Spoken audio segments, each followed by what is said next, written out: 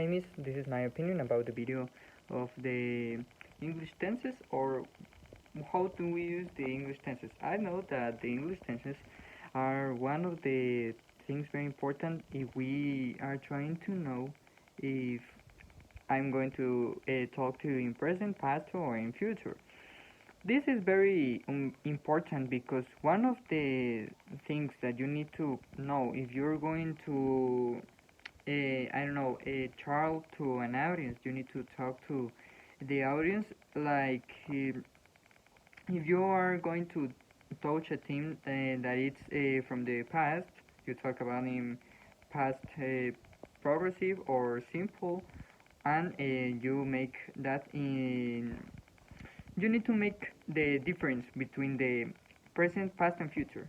If you are trying to talk about the past, you cannot talk. If you cannot touch the future or the present, because if you touch the present and the future, you will ruin your pitch.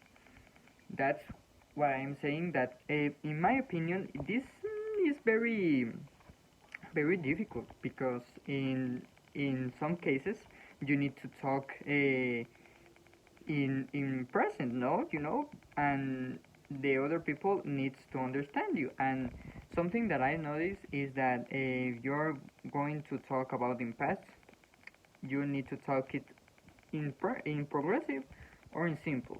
Simple is yesterday uh, I I ate my sandwich, and in progressive, it's more like difficult to say. I don't know how to say it clearly, and I will not say it to you because I don't know exactly how it says. And other thing that I notice is that you need always to have uh, the attention to your audience are making mm, examples of simple past, simple present, and simple future. These things will help to you and will help to your audience what theme are you talking about. And you're going to an audience in the, I don't know, uh, in the 2017. I don't know if I've said it clearly, but in 2017, you're going to, in that age, you need to talk, you need to talk in past or in, or or in future. I don't know if I said clearly, but I will say the number in Spanish, 2072.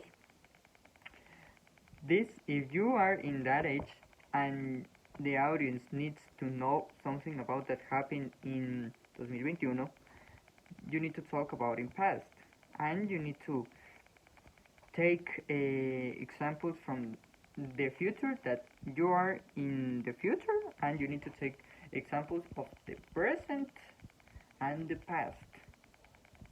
And a other thing that I see that it's very unclearly is that if you are going to talk about the future, why you can touch the past?